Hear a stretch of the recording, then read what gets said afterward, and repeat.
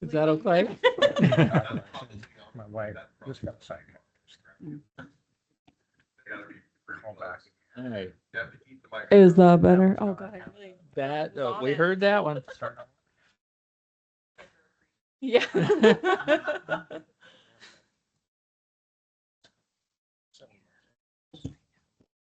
Secrets don't make friends. Even I got my button down and I'm up and down, up and down. All right. We'll go ahead and call this meeting to order. Can everyone rise for the Pledge of Allegiance? Stand and stay. I pledge Allegiance to the flag of the United States of America, to the republic for which it stands, one nation, under God, indivisible, with liberty and justice for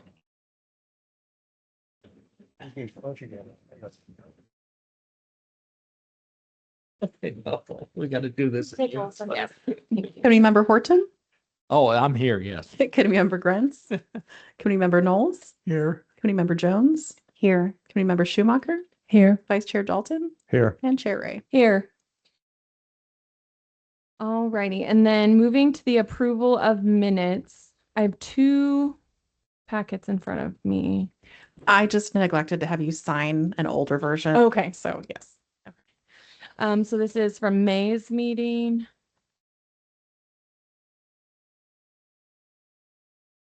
I move to accept the minutes as presented. I would second that.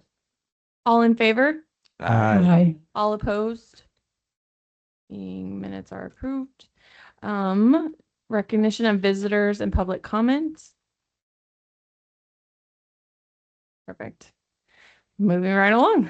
Old business, health fair update. Bob Dalton, take it away. So far I've received probably about 1/3 of the applications I've sent out. So I've got 15 apps back and 20 tables reserved. So that's kind of where I'm at. Looking back, I'll probably be spending the rest of this week sending out reminders to just send those apps to me if they haven't done so. So that's about it, really. It's about where I'm usually at every year. It gets to the end of the month and they're not there, and I give them a ring, and all of a sudden I get a flood of them. So that's to be expected. But some of the new ones that I haven't had last year are coming in. So that's kind of exciting to get some different looks. So that's really all I got. So will 20 tables be enough? Well, how Has many? it been? Trying to think of what the chamber, she always provides a table. I'm We have thinking more than 30. 40. Yeah. And she just got a grant to purchase additional tables and chairs. I mean, So, I haven't really had to go out and get from other resources tables, but she just had mentioned they've got a grant to get new tables. So, I was just concerned that you reserved 20 and Dick says we've had 40. no. I mean, I've had 20 on the applications been reserved, not just 20 tables. Okay. That's what I meant. All right. Sorry Thank for you. the next. Maybe I have dirt in my ears or something. Could be. Yeah. We've also run I've been- into lots of vendors bringing their own tables Yeah. in the past. Well, it's like ordering the tablecloths. I usually reserve it, and some years people bring their own. I'm sitting on, oh, okay. So, Yeah. You'd asked Rotary if they would help with hot dogs possibly. I did. And that is an affirmative. We would be willing to do that. We just need details. So Well, I can provide you details. not now, but at another time. We'll talk about it though. All right. Thanks. I appreciate it. Well, now we're competing with the rodeo because the rodeo's that weekend. So we'll see what that does to attendance. I think we've had that before.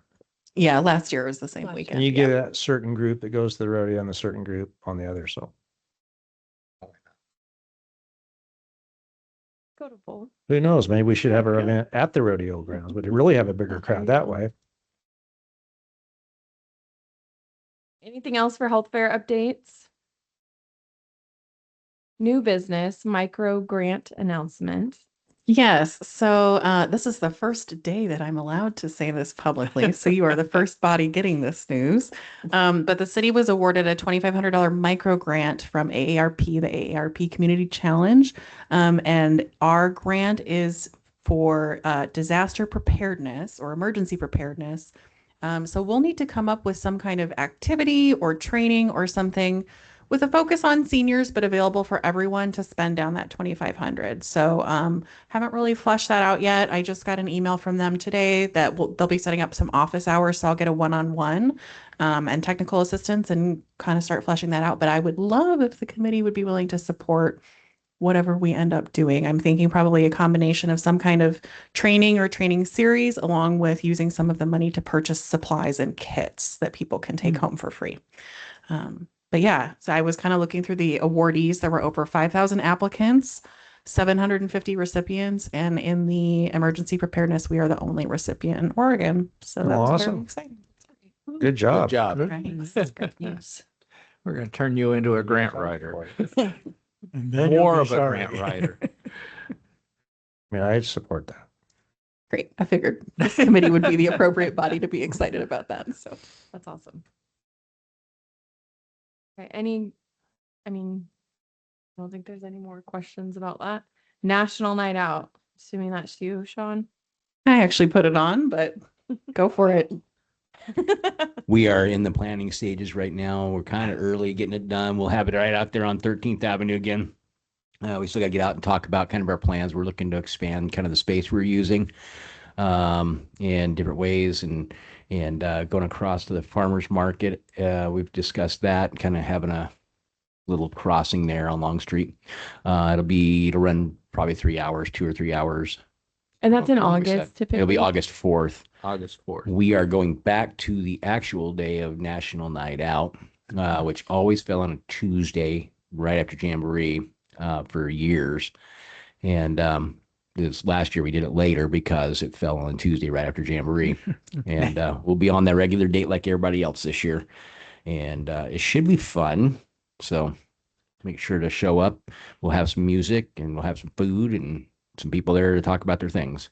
So And the reason I put it on is, we're always looking for community partners to participate who are appropriate to the theme of National Night Out. And I thought if Community Health Committee wanted to host something, it's right before Health Fair. You can invite people, have flyers available.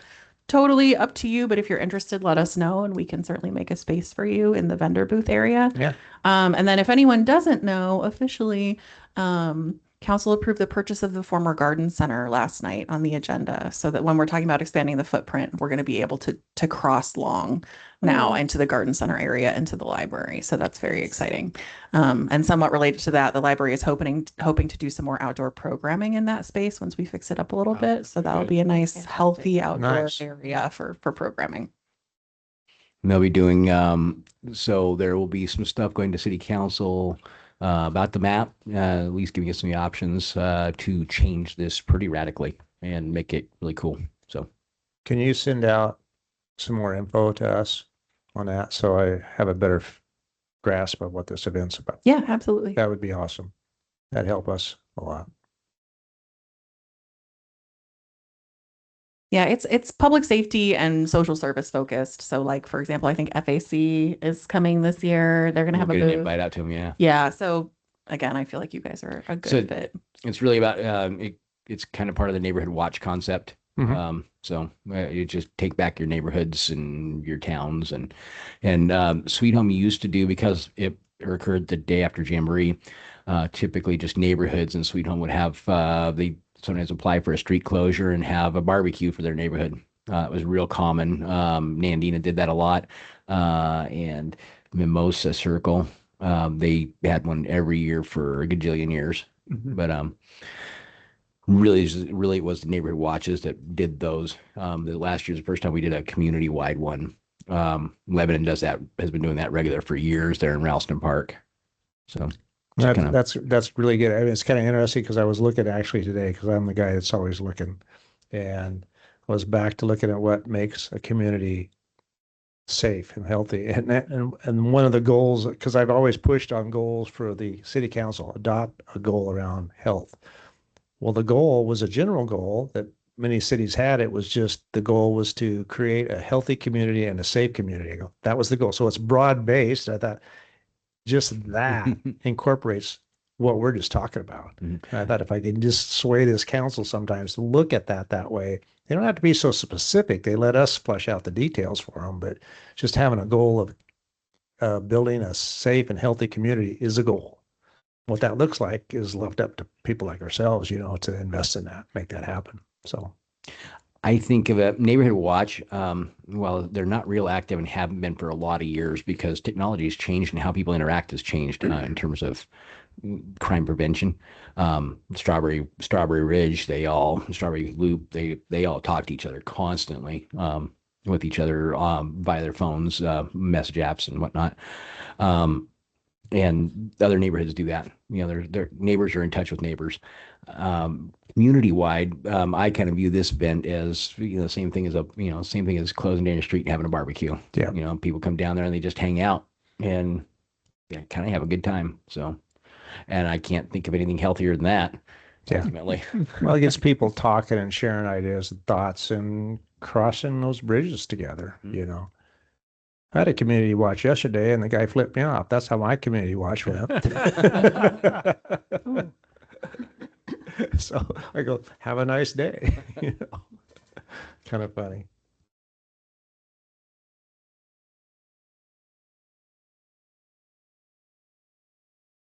And then community partner presentations. Sean. Me again. Okay. It would And also, be- I'd like to introduce everybody to Jennifer Gaspar. She is our new community service officer. She's actually been on for over a year now. We brought her on to help out with some of the CSO stuff I do, like events. And one of the things she did last year when she came on was to work on that National Night Out. She did like 81%, maybe 72% of the legwork. Angela did the rest. But she's been absolutely wonderful. I wanted to introduce her to you guys. She's come in and helped with this. We're talking about homelessness, I think, right? That's what Bob was calling me about. And she came on and she helps out with that as well. She's since taken over the code enforcement process, and that definitely eats up a couple of minutes of her time. But she's still there when I need help with things. And doing her own thing with some of our clients out there. And but anyway, Jennifer, say hi to them. Hopefully I just hold it down. Hi. Okay. Push it, turn it on. Yeah, the unfortunate part is, my help with Sean is kind of diminished because code enforcement takes a huge part of my day, like more plus some. So that's kind of my focus now. But again, any of these events, I'm still there to help on a lesser, probably preparatory, but I'm always there at the events and available when he needs me because the code enforcement stuff doesn't go away. So Darn. yeah, Yep, I guess keeping you busy this week too. yes, it is. So where we've gone, I think, where do we leave off with homelessness? Where's the last time we all talked about this? It's been a couple of years, hasn't it? Well, we had Candace present, about 6 months ago or a year ago? Yeah. It's been a long time. Yeah. It's been It's been a while. Yes. So we've, where we've gone, we've developed the FAC shelter and think, FAC has had a tremendous positive impact on this community. There's no question about it. We have seen the 2025 point in time count. That's where we go out and count everybody we can. We get a week and a half to do it. We've got a week or week and a half typically since 2021, 2020, somewhere in there. And we were getting counts of upwards of 40 to 45 and maybe even a little more than that from 2020 all the way through 2024. That happens in January. So that's when our populations are all the lightest. That's when everybody counts, is when they're lightest. The importance of that is that you're getting a baseline where it's at. So, you can't really criticize it too much. You got a baseline at the beginning of the year. A lot of people are indoors during that time, but we still have a good count. And as long as we're comparing that, we kind of get apples to apples. So over the years, we go out for a week and a half and hunt folks down and count them. In 2025, I made a list of people, and it was 24 people that I expected to find somewhere out there. I think we found a couple, and a couple were moved on to something else or off the street. And we ended up counting 20. We were looking for 24. There's 4 people I know were homeless that we missed. that we just couldn't catch them and get them counted. So we ended up with 20. We had 24. This year we accounted for almost everybody in the list. I had a little bit longer list, but we accounted for most of them. I expected to find somewhere around 24 to 26, and we counted 29. 2 of those were accidentally double counted. I don't know if those get flagged or how their process works when we do that. And so our count should reasonably be 27 in a week and a half. What that means in that week and a half, there are some of these folks that are not always outdoors. They might, during that 1.5 week period, they might be crashing with somebody. They're unstably housed, and they're not housed, but they're finding places to sleep. And that's a portion of our population all the time. But what it means to me is that the relative numbers are, relative to each other. The whole pie is shrinking from where it has been. So I think we're at 27 this year. That means we're up by a significant percentage from last year. We were down by a significant percentage from 24 to 25. Those kind of fluctuations. We're a small town. I remember when school district was counting Crawfordville School, we always go, yeah, it's down 20 kids this year. It's down a whole bunch of percentage points. And yeah, can't really draw a lot of conclusions with small numbers. And we're a small town with small numbers. So we have huge swings when there's even one is 5, on a 20, that's a 5% increase, but we have 21. So, we have a very large increase, 35% increase over last year on our official count. The year before that, that's a 50, over 50% drop. But I think the trend line is clear. We were at 40 plus, and now we're in the 20 to 30 range. So we're going the right way. I think it's visible downtown. With the shelter online, we continue to allow people who were on the shelter, people who couldn't stay there because their behaviors were, got them out for a very extended period. And there's a handful of them. And then the people who refuse to go, I'll go check it out. And they never, ever go, not once. One of them has finally told me flat out he's never going to go. And he wants to sleep out here, apparently. So that's where we kind of got to. Just some people who couldn't be there and people who refused to go. So we decided to stop, it's time to stop playing the game and say, you need to go to shelter. So we closed down the camping at the PD because they have beds available. As long as they have a bed available, we don't have to allow them to camp. And it's reasonable shelter. And we have about the most reasonable shelter you can get. I mean, you got locking doors and some rules, and we all need to follow rules. And if those rules are too much for you, it's a temporary place. It's reasonable to expect you to follow the same rules the rest of us do. Some basic civility and getting along with others. The list of things that get you kicked out permanently are extremely hard to do permanently. But there are people who are. At this point, we're not letting them camp anymore. So it has caused a little bit of friction. There are some spots where we've got people throwing up tents, and we're kind of trying to figure out how to deal with it. We can give them criminal trespass charges and do. There's not a lot of consequences if you don't show up to court on misdemeanor charges like that. They're fairly minor property crimes. So they don't necessarily go to jail and get a timeout there. They don't like being arrested on warrants. So when they get in the warrant cycle, they go to booking and they're there for a little while. And that's a little frustrating to them. Might incentivize them to make different choices. At least that's what I hope happens. I continue to talk to them and work with them where I find them, but it's different than it used to be. We're talking about people who don't want to go to shelter. They don't like being, it's not like they choose and say, I want to live out here. They have habits that they want to keep doing, and those aren't harmonious with generally living in a home with somebody. We did not end the car camping program at the PD.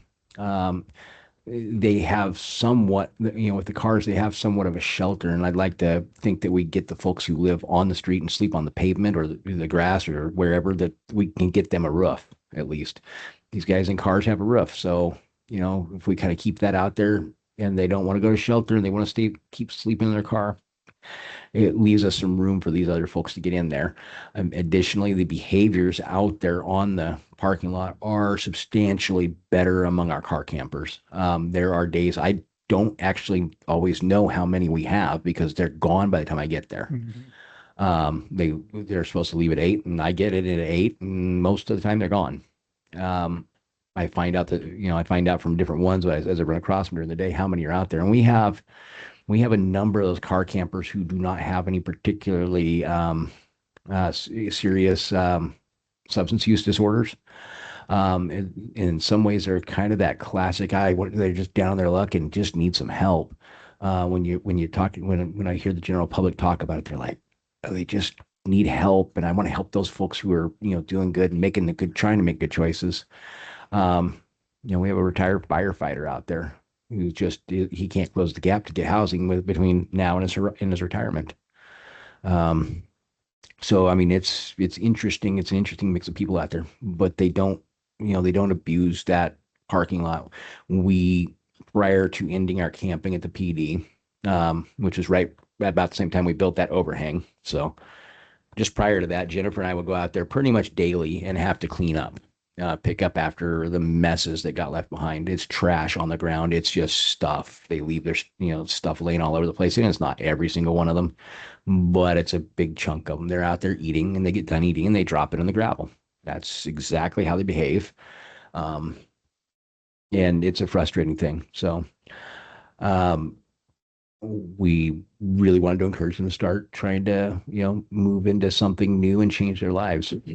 So hopefully we can get there. I don't know the next steps in order to encourage this further because the behaviors out there are they're a little more difficult than they used to be because of the folks we have out there. They're non-compliant, don't want to do this. I don't want to do what you want us to do. We want to sleep on your property. We want to sleep on somebody else's property. We want to be out there and we want to drop our trash on it. They'll never say that, but they do it. I watch them do it. And when they do it, we tell them to pick it up. Halftime, you see the trash. Is it yours? No, it's somebody. I don't know whose it is. So those are some of the behaviors that's pretty constant out there these days when they're in that area. Before we shut it down. The overhang exists because those tents we were putting up, when a good windstorm comes up, they go away. So that area will continue to exist as an overflow for the shelter when the shelter has no beds. With that overhang, we can keep them drier and we can protect the structure from blowing away and don't have to replace it. So that whole program continues to exist when that shelter is full and there's no options that are reasonable shelter accommodations, which is what we have to provide in our communities in order to say, look, go to shelter, don't camp.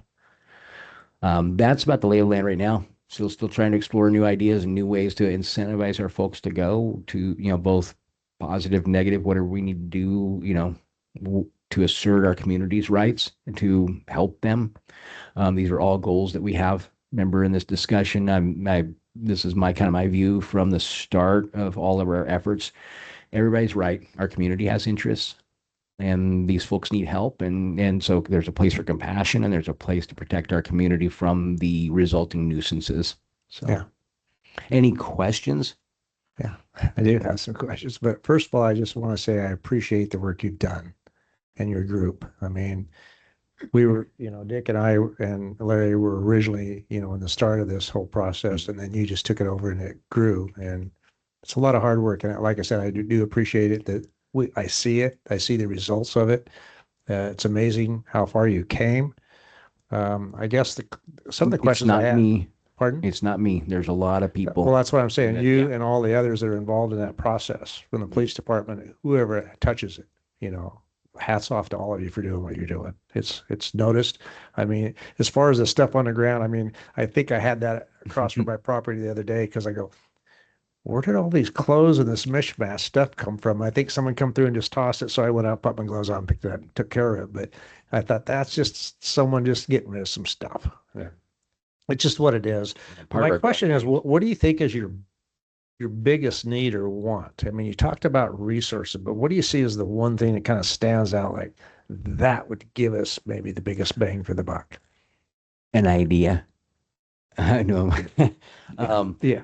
No, honestly, we have resources available to people. If they want resources, they can have them.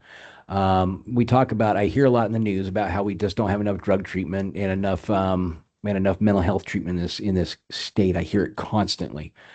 We do right now for the demand. If people want it, they can have it. I can have you in a treatment bed. I can have you in detox in a day or two, pretty much consistently. Yeah. I can have you, and then from there, you can hit a treatment bed. If you really want it and you'll accept it, you can hit a treatment bed.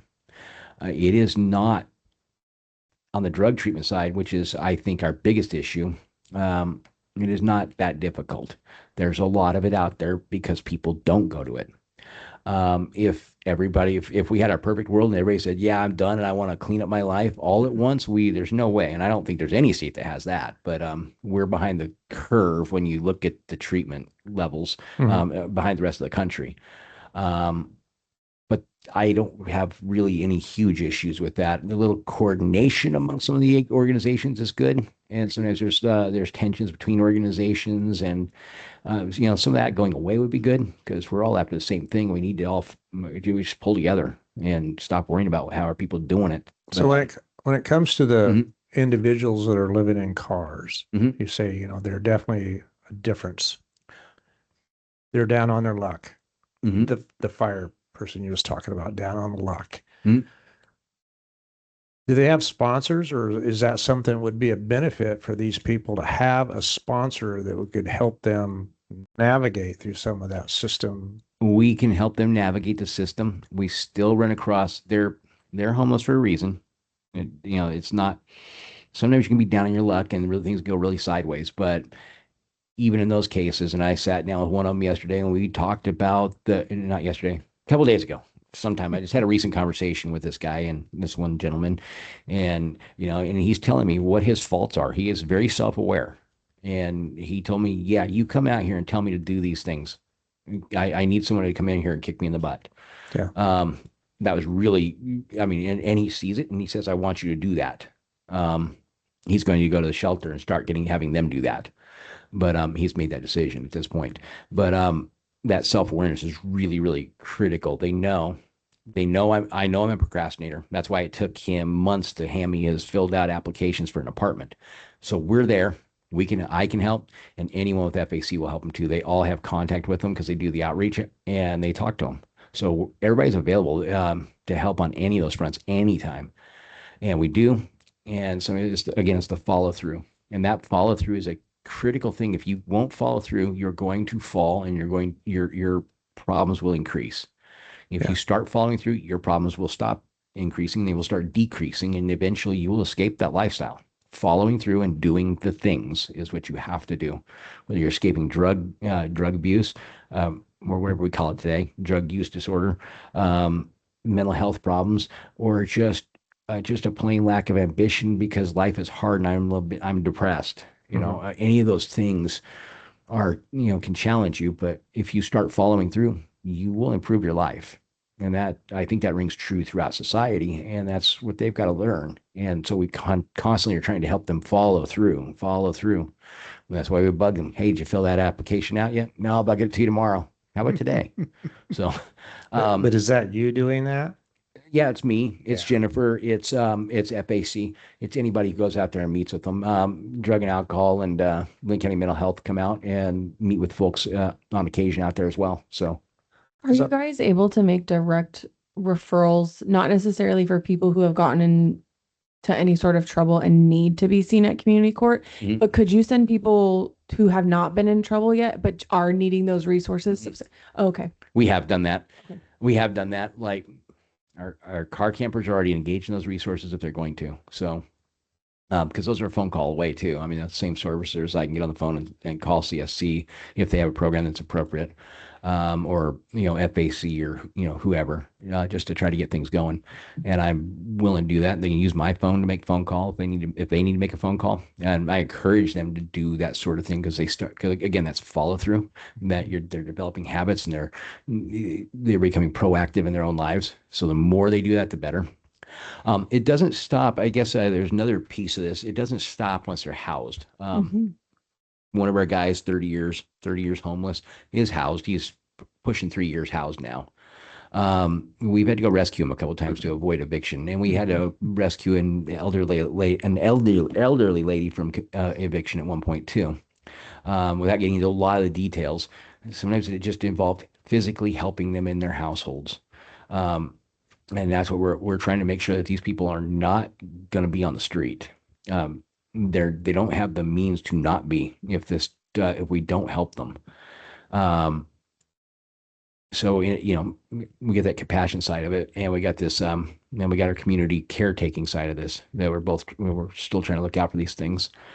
So we've got in there, we've had volunteers, we've put together a little crew of volunteers to go ahead and help out with one of them. And one of our homeless guys who sleeps in our parking lot came out for that one. I didn't invite him. Someone else who was volunteering for it invited him, and he came out and helped anyway. And he's great. I put him to work I actually I called the manager at a place he was applying for a job and said, "Hey, guy works hard," because he worked hard on that day, and because I've seen him work hard. That's a guy sleeping out in a truck. It's mind-boggling in many ways because he's a go-getter. So we sometimes have to kind of help these guys along. After we rescued our guy from eviction, his Social Security, he retired officially. He reached retirement age, and they flip you over from disability to retirement, and that's a little process. And he didn't have a phone, so he missed his phone appointment. So they cut off his Social Security. He missed rent for 3 months, and that turned into an emergency because if he doesn't pay his rent, he's going to be out there again, and he was one of our ones. So from 6 years ago.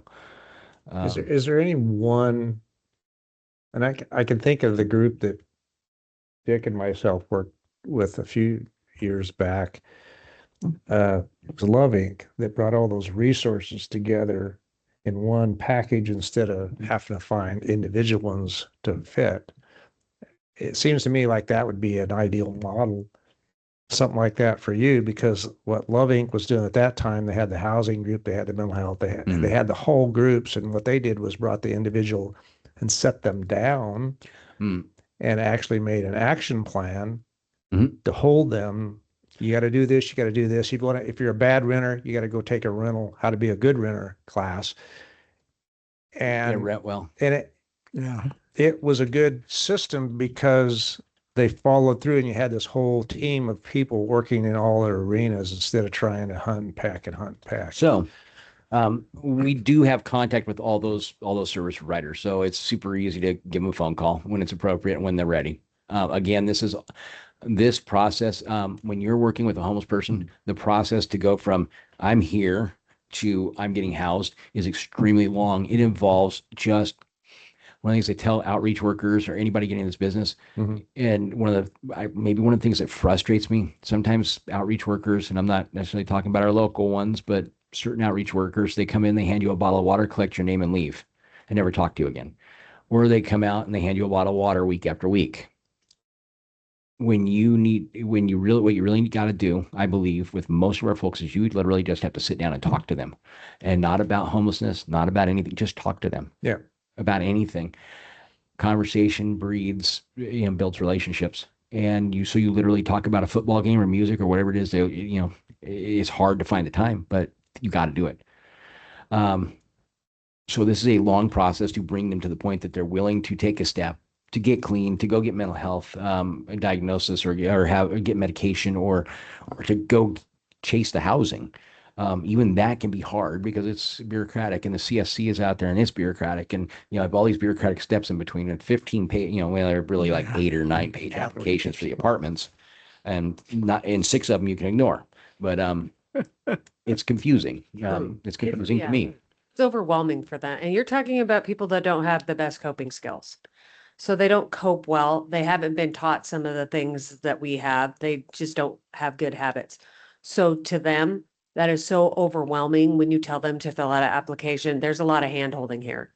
And if you don't handhold, it doesn't get done. Because to them, that's just the trying to set themselves down to do that. And especially if they're not good at doing it. Some of them aren't the best. They don't read well. They don't write well. Sean can attest he pretty much has to do everything for one of our clients because he gets so frustrated so easy, and then he kind of just goes off the deep end, and you got to reel him back in. The one lady I've dealt with is having some pretty severe mental health issues, and reality is not always there. So And they don't always recognize that. In their mind, it is real, but it's not. So you're trying to figure out how to deal with somebody who doesn't understand that what they believe isn't reality. They just don't have the and- skill sets. And here's the other thing, when you're dealing with, say, senior services, and you have somebody like that very obviously needs help because they can't even deal with reality, but they say, nope, I'm fine, I don't need help. They don't help them. That's the end of it. Yeah. So to answer your question, and that's an intro to say that yes, all those services that were available through that are available. It was called the Adult Services Team. There was also a Youth Services Team, and they came up to Sweet Home once a month back in the day. After COVID, I don't think it ever got going again. What is going right now, Albany has a program. It's a county-ish wide program. County agencies are involved in it. And we've got an invite, and I'm actually going to go attend next Tuesday. And they've worked with folks from Sweet Home, and they do a very similar thing. They put them in a room and they talk about their problem, and each agency says, these are the tasks we have to do with this person. Yeah. They're finding some success with this. And it's a one person by person thing. And that's how we've got to address it. They came to visit FAC shelter last week, and the three folks from Albany Police Department who were involved in it. And they kind of are the point on keeping this going over there in Albany.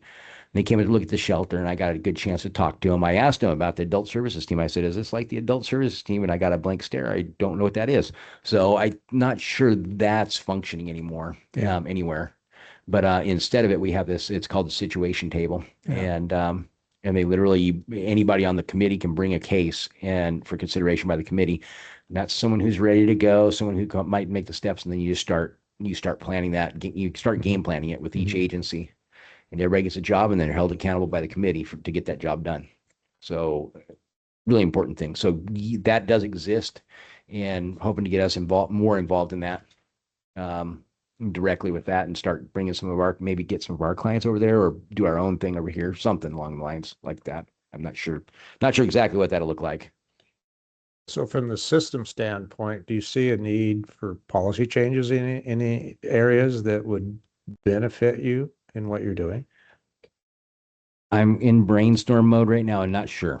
Okay, fair enough. I don't know what our next steps ought to be to kind of address the more resistant group that doesn't want to comply with society, that wants to continue exactly the way they're going because of the lifestyle choices that they do make. They don't want to live out there, but they have a lifestyle. They have things that they insist be part of their life, and they expect us to accept it.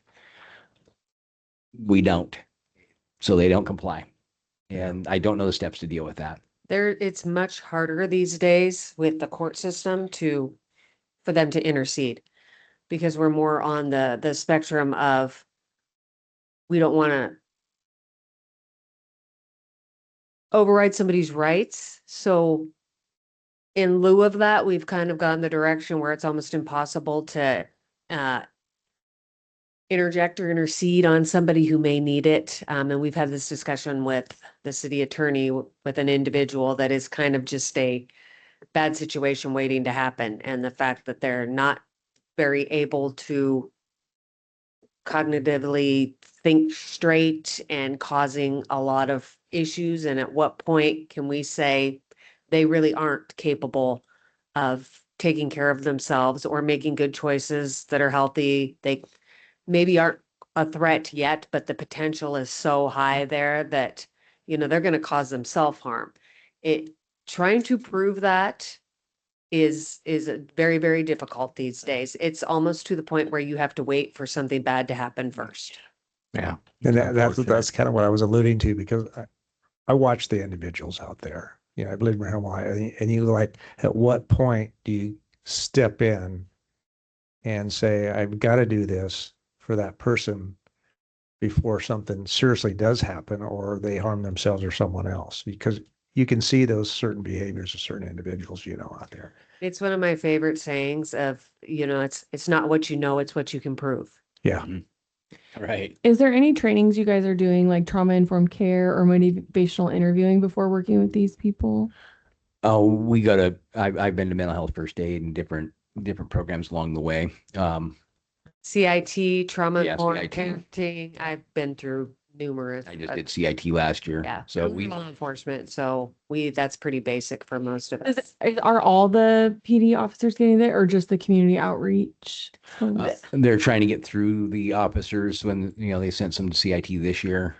So 4 of us went last year, several of us went this year.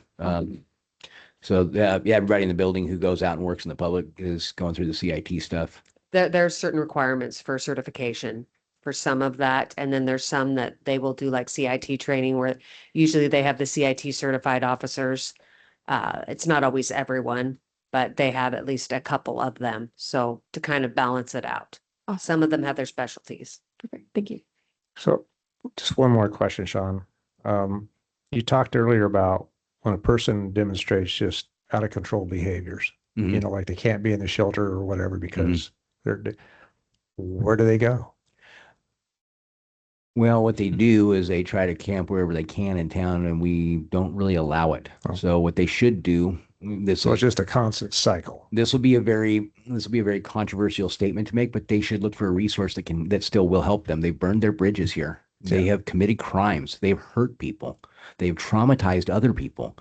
They're not trauma informed in any way, and they're very mean. You bash someone in the face with a gate, you don't get to come back. Yeah. And you should look elsewhere, and you should figure something else out. I'll help you get there. I will still help you do anything you can do to Mhm. change your life. But when you actively hurt the resources that are trying to help you, you can't. It's unreasonable. That's in my mind. They're so unreasonable. Their reasonable accommodations are here. They exist, but they unreasonably rejected those accommodations by their behavior. So what do? We don't. They Yeah. need to do something else. They need to do something else at that point. It's no longer on us. We've done it. We've extended our hand. We did everything the state has asked us to. We did everything that compassion and humanity should ever ask us to do Mhm. as a community, as the people, as the guy who caught the gate in the face. And he's fine, in this particular case. But at this point, but at some point, you can't just accommodate people who will Mhm. violate your rights and attack you. Yeah. Physically. And that's where it makes it tough because of the legal standpoint you're dealing with. That's why I kind of was asking earlier about policy changes. What does our legislatures and things need to get on board with some of this So- stuff? Yeah, then if we're talking like that, I don't know Accountability. how out of It's turn I part of can it. talk here. But 3115 requires reasonable accommodation or reasonable shelter. Some definition in that and some recognition that some individuals choose to not be reasonable themselves, something that holds them accountable and says, you got to go try something else. And you can't hold this municipality responsible for your behavior. You did this, not them. They did everything to help you and you declined it and you denied it. And sometimes they just flat decline it and deny it. And what can we do at that point? Yeah. So we're back in that, we're kind of in that position of you can't sleep here. Well, where can I go? You should go look for some other options. There are other options in other towns at this point. People from other towns come here. People from here go to Albany. I mean, it's not, they have resources over there that are open to our people here. So exercise some of those options at that point for those folks. My Yeah. turn? And I'm next. After Okay. you. After you. Thank you. Approximately a year ago, I'm going to call it an experiment because I think that's kind of what it was that FAC was looking at doing. The city donated a number of cabins, I'm going to call them, to FAC. Mhm. And at that point in time, the idea was that people living in the huts would transition into those as they earn the right to transition into those. Has that happened? Yep. Yep. Okay. I'm not sure how many of those are full, but yeah, people are definitely moving into them. They're moving them, all kinds of people in there. Okay. Now, at I was one just point over in there. time, we had not quite 30 Mhm. people that were living at the shelter. Mhm. Approximately how many people are there now? Do you have any idea? I don't. I would guess 30, 35, 40. I don't know. Well, on a I know given day that what it we is. doubled the space Right. almost so that Right. we could handle up to 60. We are accommodating people from Albany and Lebanon as well.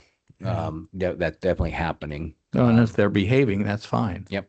You know, But I don't know where those numbers land us right at the moment. I just know that we typically have a shelter bed available on any given night. So, okay. Well, I'm just, during the winter time when it was really cold, Mhm. I was really hoping that those huts were being, not the huts, the cabins, I don't know what else to call them. they The are. cabins were being used because they had heaters in them and Yeah. people could stay warm.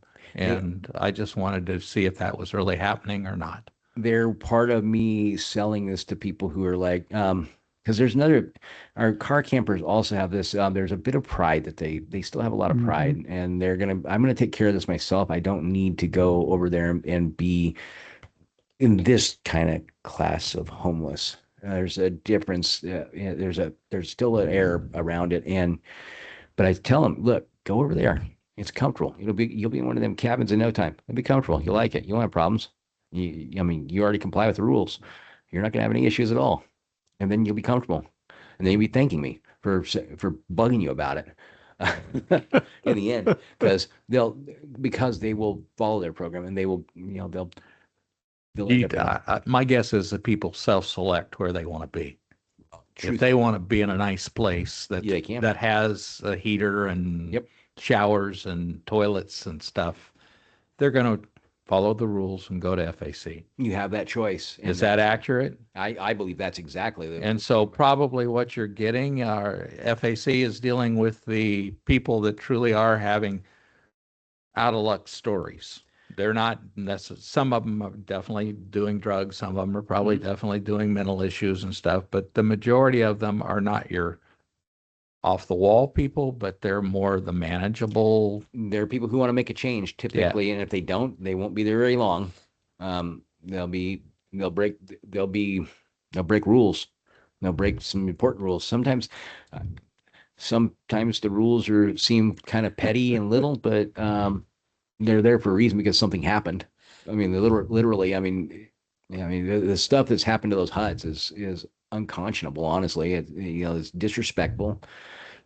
So they make rules, and then people hate the rules because this is a stupid rule. But follow the Yeah, rules. but It's you have to temporary. have 'em. This is a place for you to sleep until you can get out of here and get some housing.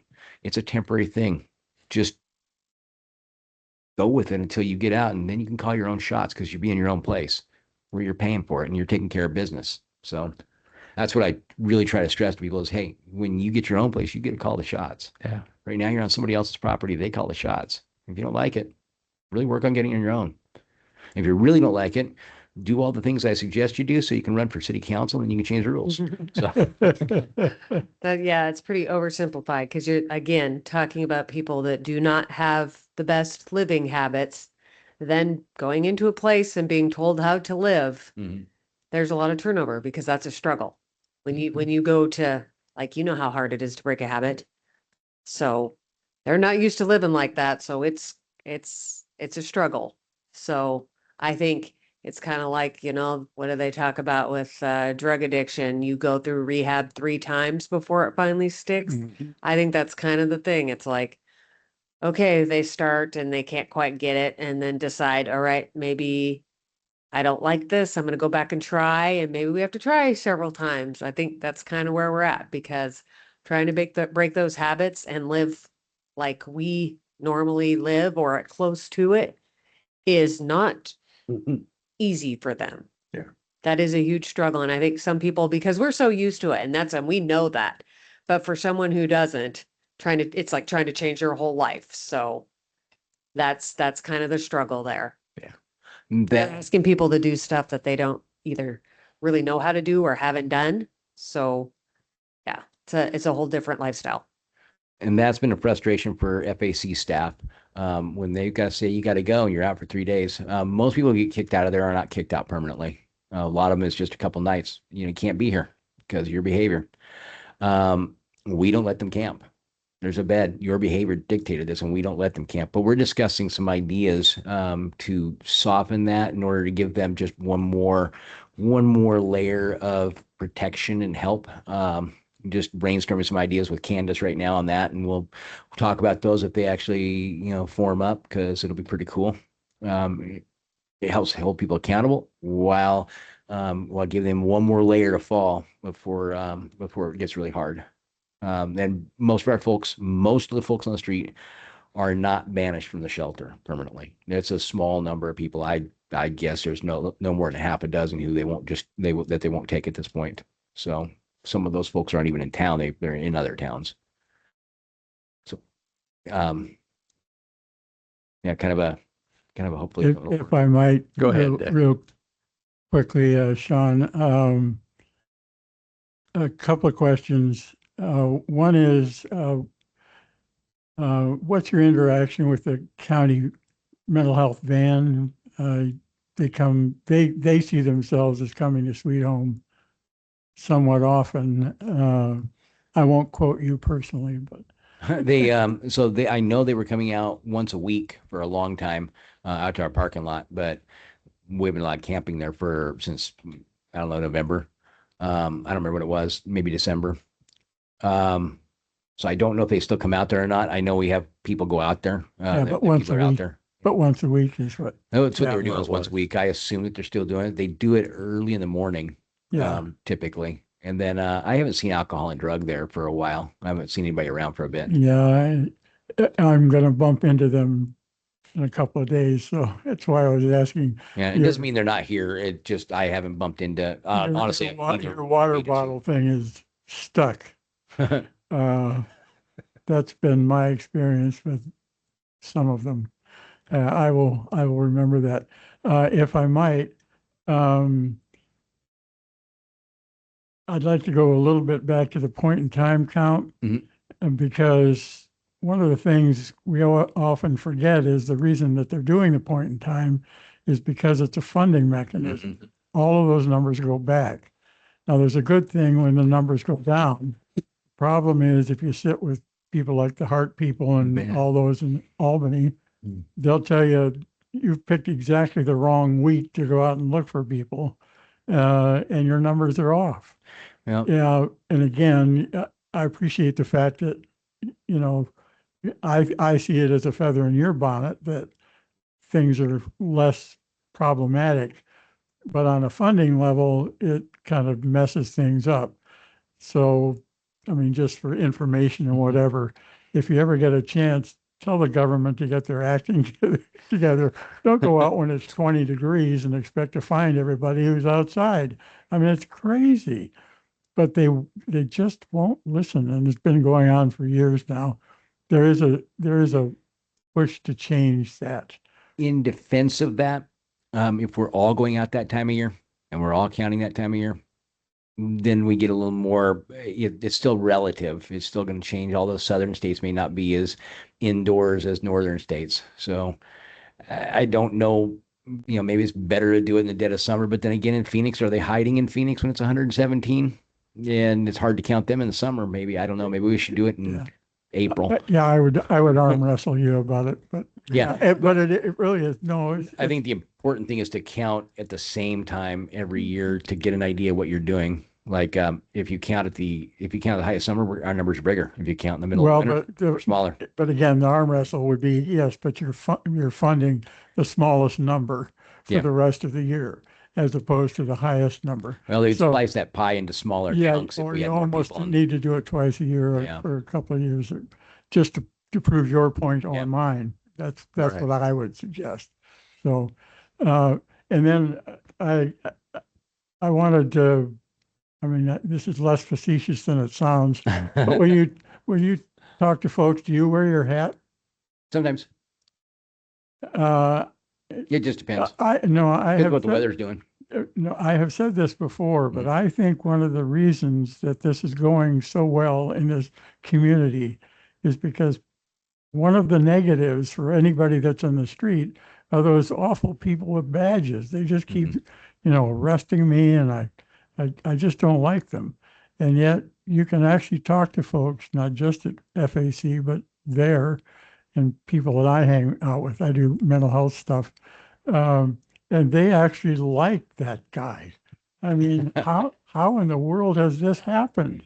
Yeah, That's because he has angel wings. yeah, I've told him that but forever. but in the context of a police head, I mean, the guy works for the police department, and I like him. So you just hammer at him, and you're messing up here, you're doing well there, and things will start to change. But I really want to commend you Well, for including that. Because there are other communities that have tried and they just say, oh, you don't want anything to do with the police. You just, wear, a jacket, dress like them and everything will be, it's backwards. It's backwards to me. And then I'll end with, I had written down situation table because I'm part of the Heart Board. Okay. And hammer at them, please, at the situation table. Yeah. This needs to be broader than, well, and they know it, broader than Albany. Your point is well taken. These folks I keep saying that and I hate myself when I do it, but Mhm. folks go back and forth from community to community. Mhm. And that's part of my point in time count thing. But make your voice known. You have an eloquence about you, not taking away from you at all, but that is kind of missing. They're struggling like the adult services team did. So FAC is getting involved in that too. Yeah. They've been going over to it. as well. I was pleased to hear that, but Yeah. good. yeah, go for it. Yeah. They do really good things, but they show up, 3 people show up out of Oh, of a group of 7 or 8 that start. And everyone's got things to do. I appreciate everybody's that. busy. But but it's not like the problem has gone away. Right. So good, I commend you. If Thanks we for- have folks coming to our different services that we sit at in our regular lives and they are recently unhoused or have been staying in their car or been couch surfing, what's the best way to get them connected to resources? Because typically we provide all the shelter informations and their numbers but is there a better way to get them in services and They can come to me and I'm going to say, you should go to shelter. Or they can go to the shelter. But honestly, your best bet is to not sleep on the streets, is to not sleep on property, on someone else's property Mhm. without permission. To reach out, your best bet is to reach out to any resources that you have personally, depending on your situation. And if you're lacking those, the shelter is a home base. It's a base of operations to plan the rest of your, plan your escape, plan your future, and do it when if you're just freshly unhoused, the changes are in place. Don't get settled into that street lifestyle. After a year, it grabs hold. Go straight to the shelter. There's a lot of pride about not going to the shelter and trying to find anything else you can do. But those folks are there to help you. They will give you support. They will reach out. You got phones, you've got applications, you've got resources that come to the shelter, drug and alcohol, mental health, and in housing. And they are a housing resource in and of themselves, and they've got plans. And I'm hoping that they continue to grow and that these plans come to fruition, or hopes at least. I'm not sure where we're at in different things, but definitely some discussions. Your best bet if you go homeless is to go to this shelter here. It might be the same thing in other towns, but this one's got a lot going on. If I was in Albany, I got a second chance to say, hey, how can you help me? I'd want to start escaping it as fast as I can, unless I liked it, in which case I would go hide in the woods. But So you're talking shelter here is FAC. Mhm. But that's the best start you can get, is to go to the people who can help you. They can help you. Okay. so that's a resource I provide, but I just want to make sure that's Yeah. still the best way is I think it's Thank- absolutely the best. I give the phone number, but I'm like, honestly, just show up. They're so great down there and they Walk will down help there you. and do it. Yeah. Drive down there and do it. Just go. Don't be afraid. They're not gonna, Yeah. And I will, if there's a barrier to them going in, and this is sometimes frustrating, because dogs have been a barrier, ongoing barrier. I can't leave my dog as my service animal, and I gotta live on the street because my dog is my service animal. Well, it's not healthy for that dog. Some of these dogs are not in good health. I occasionally get them in front of a vet and occasionally get them help. I have a vet tech who's very likes to help out with this stuff. She works over at Lebanon, and her her vets are really helpful, and they've done some serious. They've done hundreds of dollars of works on homeless dogs because they need it.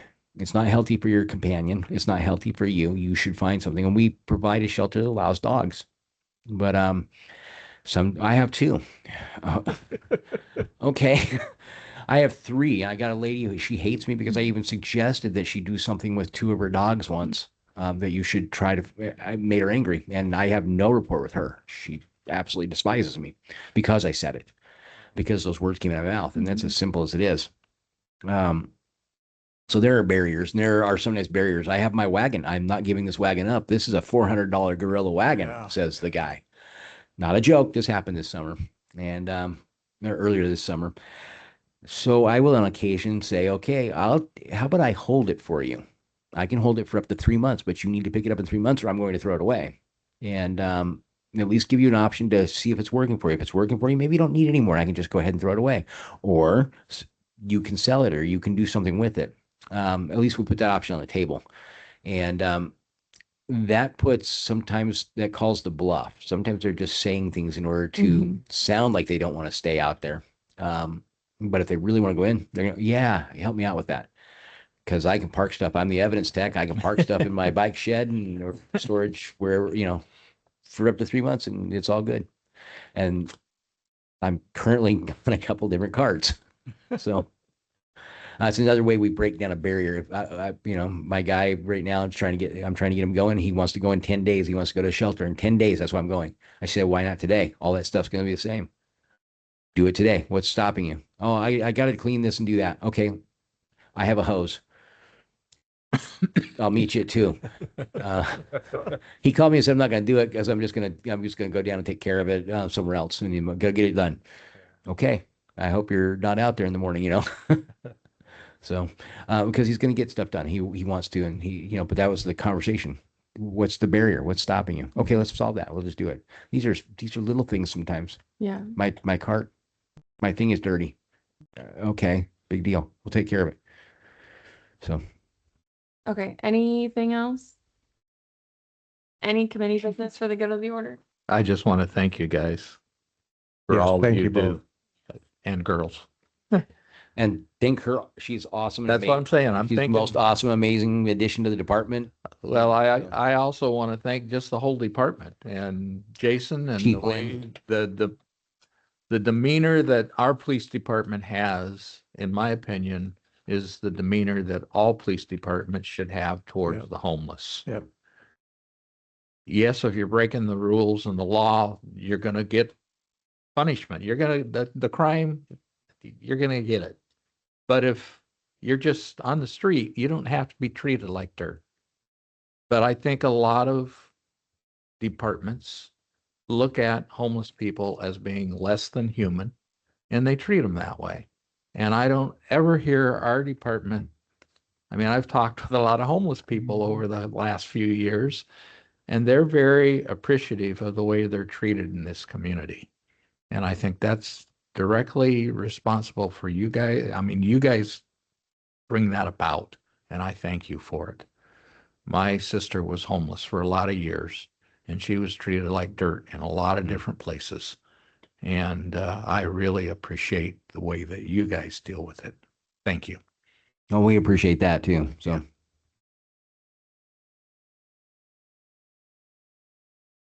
So I just handed this out. This is from National Alliance on Mental Illness, NAMI.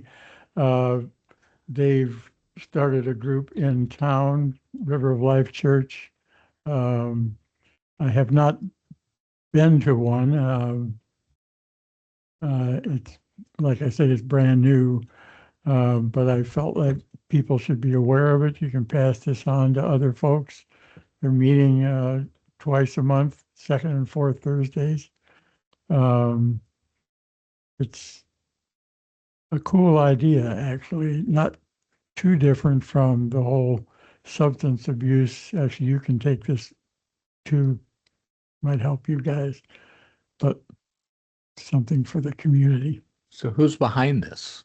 National NAMI, they're Who are very. they? I've never heard of. It's a long standing group Okay. for mentally ill folks. And the outreach peer level is somewhat new to them, actually. Yeah. But it's been a family organization more than anything else. When you're struggling with a mentally ill family member, you can call for support or do whatever. They brought in the local group has just gotten a new president of their group, and she's a wildfire, and noticed that things are a little slim in the eastern part of the county in Lynn County, and decided let's give them some options here. So it's one of the one of these things where I need a breath. I'm struggling, not dissimilar from the homeless, but it's folks who are not homeless, they're Right. just struggling with mental illness. And you can get support as a family member or as the person who's struggling with it. So, but great. they're just getting started, and thought I'd let people know. I'll Who give- passed these ones out? Is this you? Do we know if the mobile health clinic, because it says Lynn County Health Services down here, is it a free health clinic? Is it, do they? As far as I know, yes. Yep. Yeah. So you all have a flyer that I got from Lynn County Health. So the last Wednesday of each month through October, they will be at the Church of the Nazarene for free produce and free health services. Awesome. Any other committee business? You hope not. It's 5:00. I've got a little one. I'm gonna go. Well, it's good. This meeting is adjourned. You broke it.